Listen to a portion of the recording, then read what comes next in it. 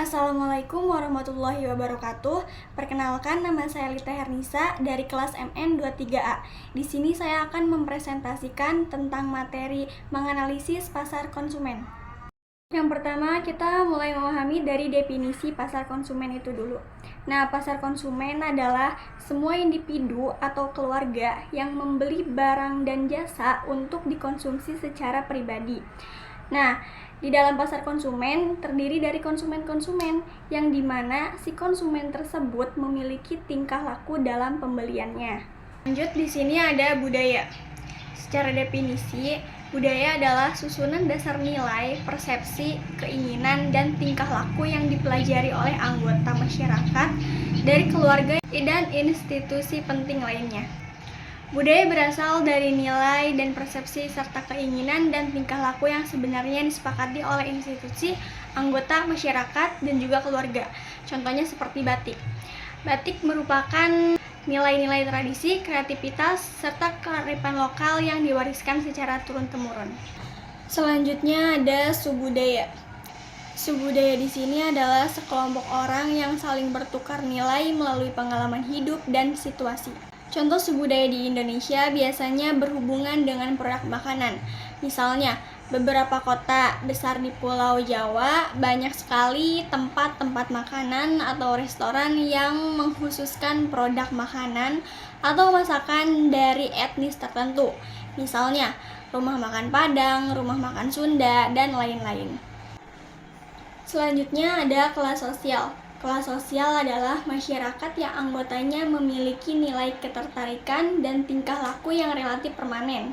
Dalam buku Kotler dijelaskan dalam satu teori bahwa pembagiannya bisa dari kelas bawah, yang paling bawah poin 6 upper lower, kelas bawah atas, kemudian kelas bawah, menengah atas, kemudian bawah atas, dan kelas atas.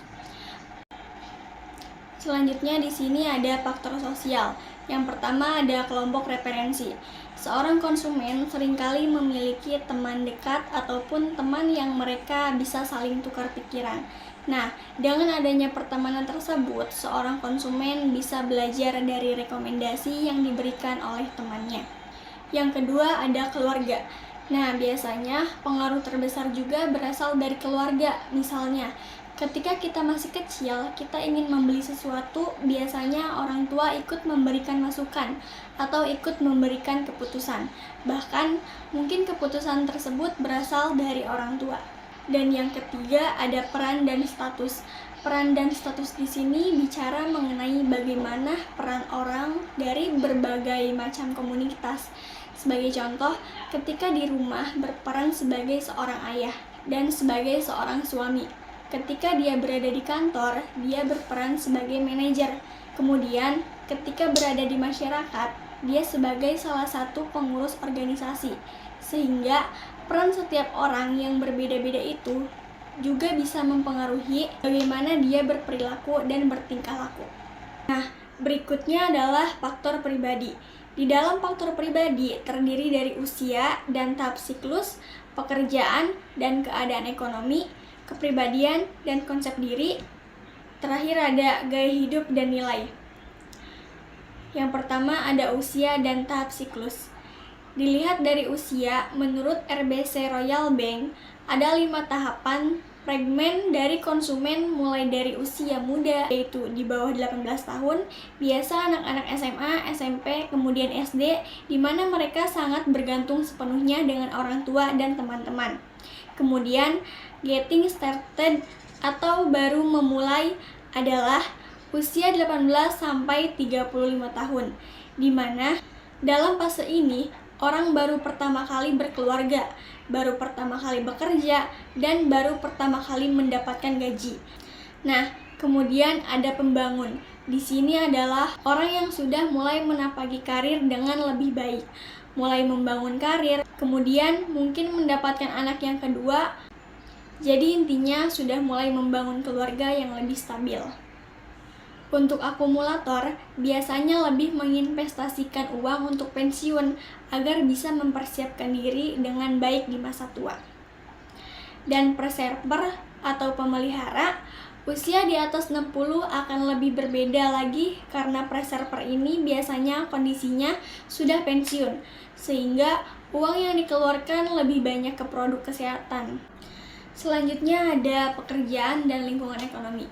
Contohnya adalah seorang mahasiswa telah memiliki pakaian casual dibanding dengan pekerja profesional yang lebih tertarik membeli kemeja dan celana formal. Atau individu dengan pendapatan tinggi akan membeli produk mahal dan premium dibanding dengan individu dari kelompok pendapatan menengah ke bawah yang akan menghabiskan sebagian besar pendapatan mereka untuk membeli barang-barang yang diperlukan. Kemudian personality atau kepribadian. Contoh paling gampang mungkin yang kita tahu biasanya kepribadian orang itu ada yang introvert dan extrovert. Nah, kepribadian ini akan menentukan dalam pemilihan produk. Misalnya, orang yang kepribadian introvert cenderung tidak ingin menarik perhatian sehingga dia akan memilih pakaian yang cenderung tidak menarik perhatian. Sedangkan orang yang ekstrovert akan berbeda, di mana dia suka bersosialisasi, menjadi pusat perhatian sehingga dalam pemilihan pakaian juga pasti akan berbeda. Dan selanjutnya, gaya hidup seseorang berkaitan dengan gaya, sikap, persepsi, hubungan sosialnya, dan lingkungan sekitarnya. Misalnya, seorang individu yang tinggal di daerah mewah perlu mempertahankan status dan citranya. Dan yang terakhir, ada model 5 tahap proses pengambilan keputusan konsumen. Proses keputusan pembelian konsumen terdiri dari 5 tahap. Tahap pertama yaitu pengenalan masalah atau kebutuhan, di mana si konsumen ketika dia mau melakukan proses pembelian harus dimulai dari adanya kebutuhan dan adanya permasalahan. Misalnya, komputer rusak. Nah, untuk mencari barang tersebut yang harus dilakukan adalah pencarian informasi, di mana hal ini banyak dapat kita lakukan, bisa mencari informasi dari internet atau bertanya kepada teman. Setelah melakukan pencarian informasi, kita pasti sudah mempunyai beberapa alternatif. Masuk ke tahap ketiga yaitu proses atau evaluasi dari masing-masing alternatif. Misalnya, komputer ini harganya segini nih, spesifikasinya ini, garansinya sekali setahun, kelebihan dan kekurangannya ini gitu. Hal ini disesuaikan dengan kebutuhan dan sumber daya yang kita miliki.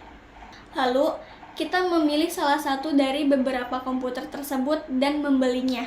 Itu udah termasuk ke tahap pilihan. Nah, setelah membeli, kita mengonsumsi atau menggunakannya untuk kegiatan sehari-hari, di mana kita pasti mengalami tahap terakhir yaitu evaluasi setelah pembelian. Tahap di mana kita mengevaluasi barang yang kita beli, apakah sudah sesuai dengan apa yang sudah kita ekspektasikan. Dari presentasi saya kali ini, kesimpulannya adalah pasar konsumen adalah pasar yang kompleks dengan berbagai jenis produk dan strategi pemasaran yang berbeda. Memahami perilaku konsumen dan faktor-faktor yang mempengaruhi keputusan pembelian adalah kunci untuk mengembangkan strategi pemasaran yang efektif dalam konteks pasar konsumen.